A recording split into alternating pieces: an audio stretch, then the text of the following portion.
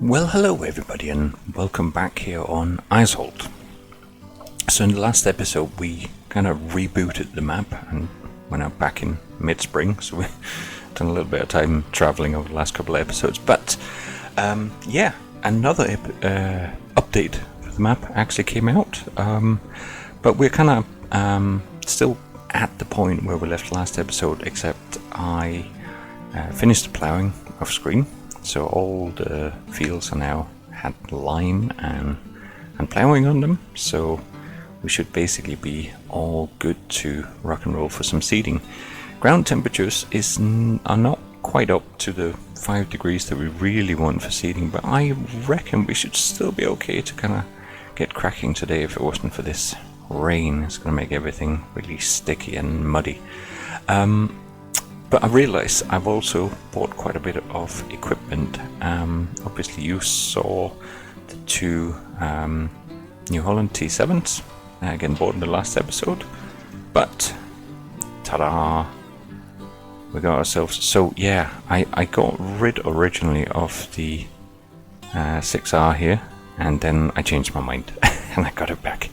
I do like a good John Deere tractor as well, so we bought the 6R from the starter pack in. We got the two New Holland T7s, and then we got a modded 8R here with nice big flotation tires on, so that one's going to be perfect for our seeding, help reduce compaction and everything like that. So we're going to get some of these guys out in just a second. I also got the animals back in. We got 100 pigs, 50 cows, and about 45 chickens, including a couple of roosters this time. See if we can get a little bit of breeding going. The two plows are sitting here, very close to each other. We got the overloader and everything like that, so that's more or less as before.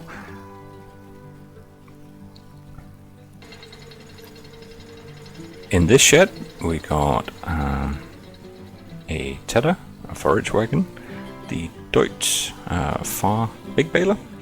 Now that was more of an economic decision as well. This was one of the cheapest large square balers we could get. We got a standard liner that came, and we got our bale wagon, so nothing too terribly surprising in here. So we'll pop it over into the middle shed here. That's where we generally keep our seeders. Made a few changes there this time. So for planters, well actually both for seeders and for planters we've gone full on Horsch this time. So here is the Horsch Maestro, that's the planter, so we're going to use that one for putting corn down on field 31. And then we got two seeders. We got the Horsch Pronto, and then we got the Horsch, now what's it called, there's two different ones. It's the Maestro, I think it is. Now this one doesn't have direct drilling, so we will need to cultivate or plow ahead of things. And then instead of running big bags this time, I thought I would go with the seed runner here. It's a great piece of equipment. It's going to save us some time, and we can just use the truck for it. So we got two seeders, a planter, and the seed runner to bring seed and fertilizer out into the field. We do have a decent amount of fertilizer. I've already filled that one up. We need to get a little bit more seed once we finish this tour. While the rain is still on, we also want to put sort of twin tires onto one of the T7s, so we reduce compaction again. But we'll just have a look at some of the larger machines in here, so you get a chance to see what has been brought in. So, not terribly surprising, the Case Titan, that's done a lot of hours on the lime job and fertilizing so far. We got the New Holland self-propelled sprayer, that's going to come in handy if we run herbicide. And then finally for harvest, I know I mentioned in previous episode I would like to get two combines. To be honest, we can't really afford that right now. I got carried away with buying machinery. So we got the New Holland here, the Revelation, nice big machine, and a suitably large header to go with it as well. So at least we'll be able to cover fields fairly quickly. Got a few bales sitting up there. That's just for doing some TMR here at the beginning to feed the cows until we start bringing stuff in for silage, known hay and so forth. Up in this shed, we've got a little bit different configuration. So I bought a different slurry spread than I had in the previous episodes. Slightly bigger one, the Samson PG2 25, so it's the middle-sized one, and then the arms on the back there. I did get a telehandler as well, Massey Ferguson one, although we do still have the Massey Ferguson drop nose. Telehandler are just great for when we need to start handling some bales and slightly larger volumes.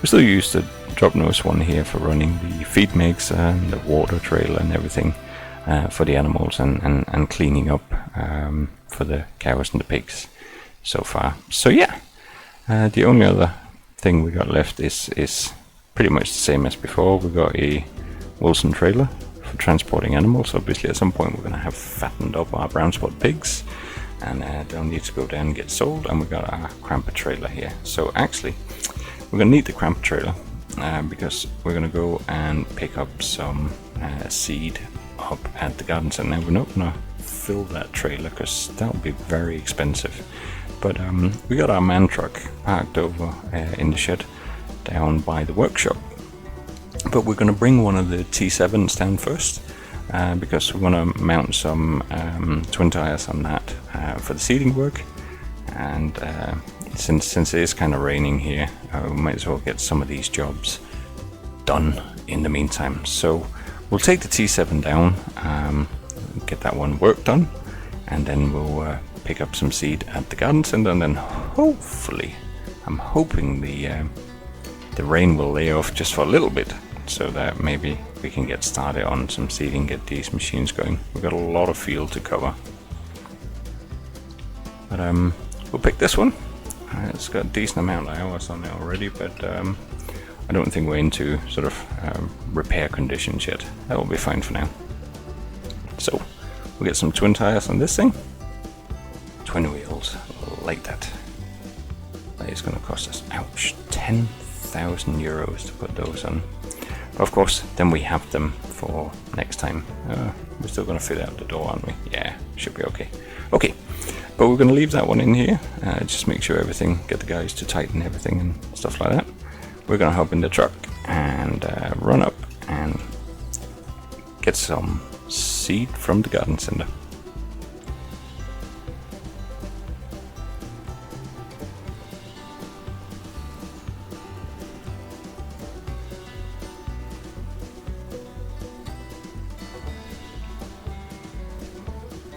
We're just coming up past the horse farm here. That's not ours in this episode. It's actually a really nice looking yard here as well. Here's the sign for the garden center. So we're turning up this somewhat smaller road, trying not to take out all of the signs in the process if we can. Pulling into the garden center here, and we need the shed over here. I'll take the cover off now, and there's now a pipe hooked up to the silos here, so we can buy some seed. We have to keep a little bit of an eye on it so it doesn't run away from us, because this is going to be quite expensive. Put the cover back on a wet day like today, and then we'll just get turned around and head back to the farm.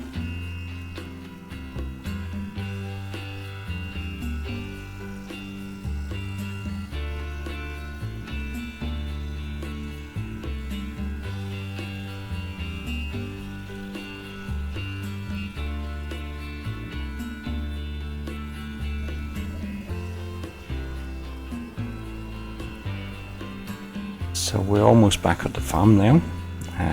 As I mentioned in one of the previous episodes, one of the things I really like about this map is that you have large capacity storage in the farmyard, but it's not infinite resources. You have to refill them, and I just really like that principle. It's great to be able to store, a large amount of seeds like this, but you still have to go and get it, and I just think that feels much more realistic, rather than having one of these sort of infinite buy points directly placed on a farm. So this is a fantastic little detail in my view. But we're here, and we can start getting our seed silos filled back up. Just need to hop out in the rain and get the door opened up over here. It's quite heavy and slippery in the rain, but there we go.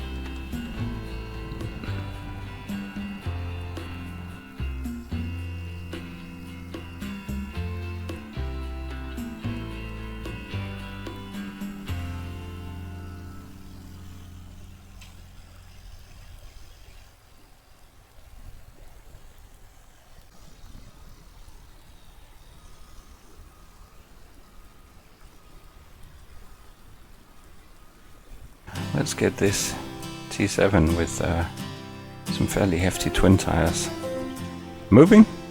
I reckon this one can pull the Pronto, the Horsch Pronto seeder. Can start working on field 30, which is just kind of to the north of the farm.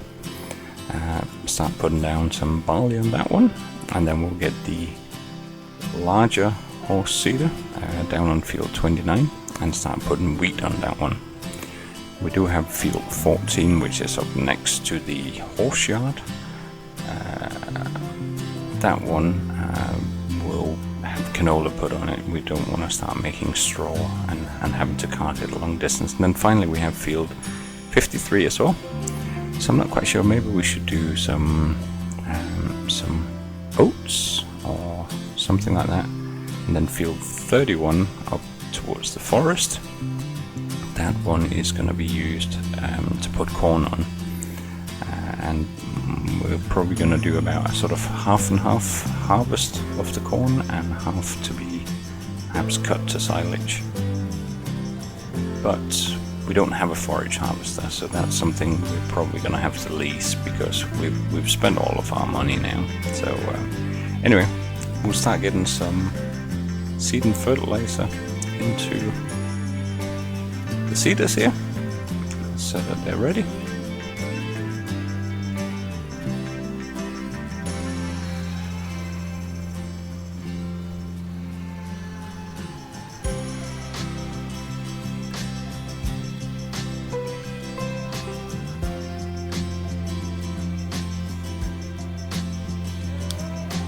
So obviously this machine is a bit of a beast, so this one is I think the only one who actually has the horsepower to pull the large Horsch seeder here. So it's going to be working hard on field 29. It's actually quite hilly on that very large field, so it's going to be a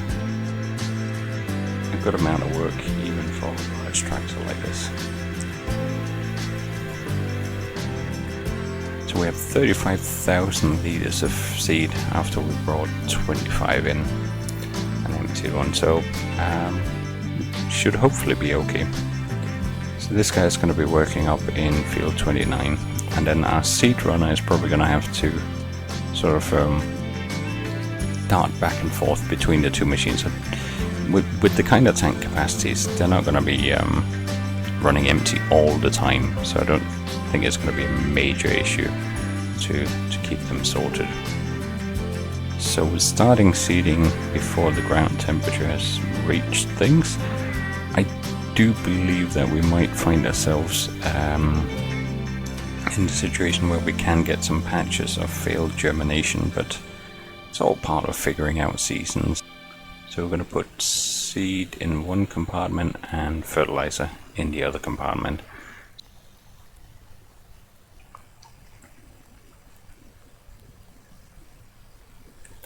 Excellent, so that's the seed runner filled up and ready to go as well. But wipers on, it's still raining, and it's going to do so for a little while. So what we're going to do is we're just going to give it, say, 2-3 hours. It's going to pack up here. We'll pop into the office, do a little bit of work, and see if the weather improves. If it hasn't improved by, say, 11:30, I think we're going to get cracking anyway. Oh no, left the washing out this morning. It's gonna be soaking wet now. Right, it's 11:30. Still pouring down outside. We've even had some early lunch in the lovely kitchen. So, it's gonna be a bit of hard work for the tractors trying to pull through kind of wet, slightly claggy soil, but I reckon we need to get going on it because they are large fields. So we were going to start up on field 30 and start putting some barley in with the T7. But we'll get our 9-meter seeder out here, get it turned on, and let's get sowing.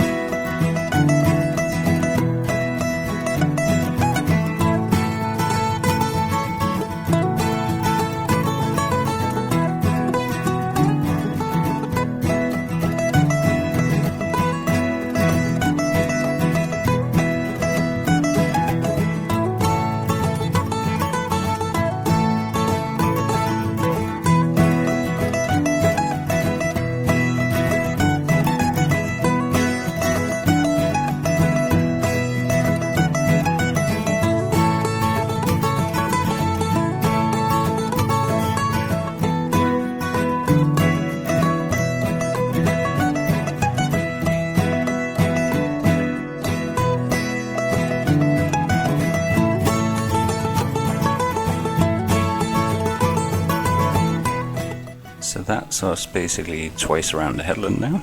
I'm glad that we did get going because that's an hour's field work already, and there's been no let up in the rain, so yes, it might clump a little bit, but we're getting seed in, and the T7 seems to be managing here with the Pronto just fine. So we're just gonna do this bottom strip here, and then we're gonna get a worker to take over so we can get the next field started off as well. We should be able to get a reasonably straight line up here with the work, and we'll get that underway, but we're almost down to half seed already, so I don't think there's any doubt that the seed runner is going to be coming out to this particular field first.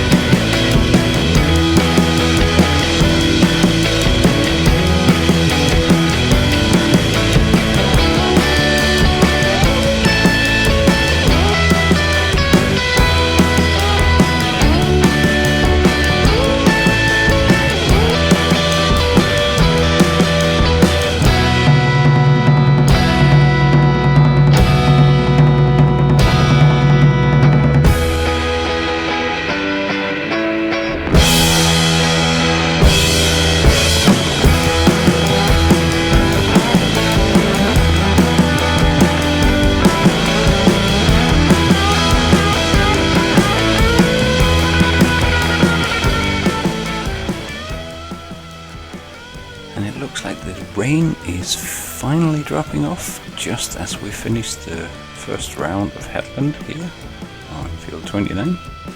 So it might be a little bit foolhardy, but I'm going to try and set the worker going here on 29 with just one pass on the headland, because I noticed that our other worker had stopped in the meantime, and it might be a good time to actually bring the seed runner over just to top up anyway. So there's still plenty in the tank on the large Horsch seeder here, and there's also plenty of field for the worker to cover. So we're going to bring the seed runner over to the field. I don't think the seeder is actually empty at this stage, but we might as well get it topped up and maybe we'll have to take over from the worker just for a little bit, see if we can get that field under control. It's now sort of halfway through the day, and we've obviously got a lot of seeding left to do in these 2 fields, and then there's another 2 fields coming up.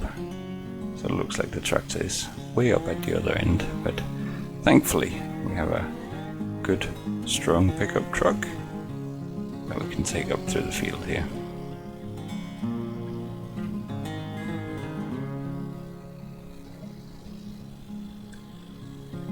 So the worker's obviously finished everything kind of on one side here, and the seeder's going to be nowhere near fully empty, but we might as well get it topped up since we have brought the truck all the way up the field here. Thankfully it can pull through even if things are still a bit wet. So we'll get this lined up and we'll get the hatch opened so we can get the seed runner to yeah, it's about half full for seeds and not too far off that for fertilizer, so it's not a bad time just to get a top up right now. So after quite a lot of maneuvering, we got there in the end. Make this fit over is quite tight, and there wouldn't be room while the seeder was unfolded, so we had to pull it back up again just to fit the arm in over. But we got it in the end.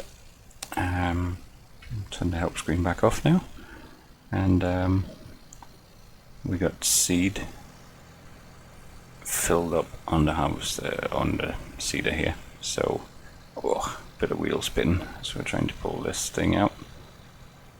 We'll get a worker back underway here. Get the seeder folded back down, turned on, close the lid, although at least now it's not raining anymore. So let's just get this thing underway again.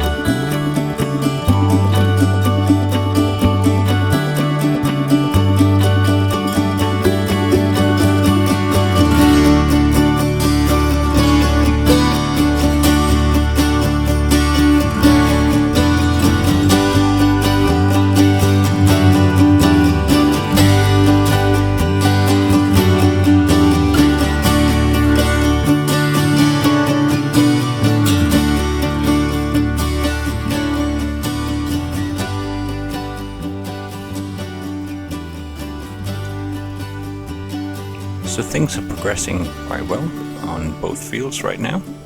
So we're gonna take over a little bit from the worker here on this field. See if we can do GPS running here, and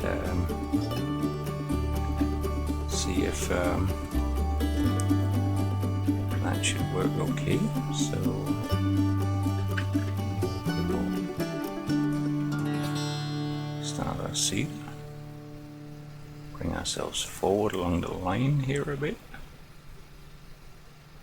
And we should be good to go for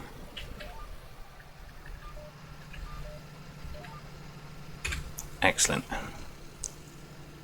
Might overlap a little bit here at the beginning, but yeah, we've got a bit of seeding to do, and spring is back on Eiersholt. Once we get these fields covered, it'll be time to start thinking about hay in the latter part of spring. We'll of course continue looking after the animals as well. So plenty going on the farm. But for today, while I am getting to run a seeder here, actually do a bit of work on the farm myself, that is the end of today's episode.